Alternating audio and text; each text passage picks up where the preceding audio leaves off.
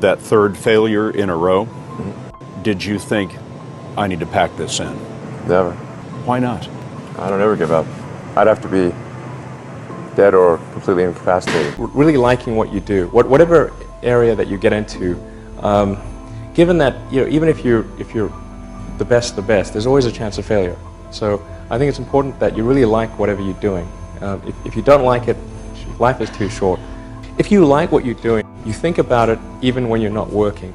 I mean, it's something that your mind is drawn to, and if you don't like it, you just really can't make it work, I think. So many people try to talk me out of starting a art company. It was crazy. One good friend of mine collected a whole series of videos of rockets blowing up and made me watch those. He just didn't want me to lose all my money. We're doing these things that seem unlikely to succeed, and we've been fortunate, and at least thus far they have succeeded. Now is the time to take risk. You don't have kids. As you get older, your obligations increase. So and once you have a family, you start taking risk not just for yourself, but for your family as well. It gets much harder to do things that might not work out.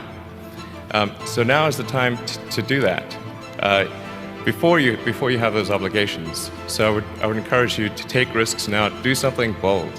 You won't regret it. How did you figure you were going to start a car company and be successful at it? Well, I didn't really think Tesla would be successful. I thought we would most likely fail. But I thought that we at least could address the false perception that people had that an electric car had to be ugly and slow and boring like a golf cart. But you say you didn't expect the company to be successful, then why try? If something's important enough, you should try, even if the probable outcome is failure. You focus on signal over noise. A lot of companies get confused. They spend money on things that don't actually make the product better. For example, at Tesla, we've never spent any money on advertising. We put all of the money into R&D and manufacturing and design to try to make the car as good as possible. I think that's the way to go.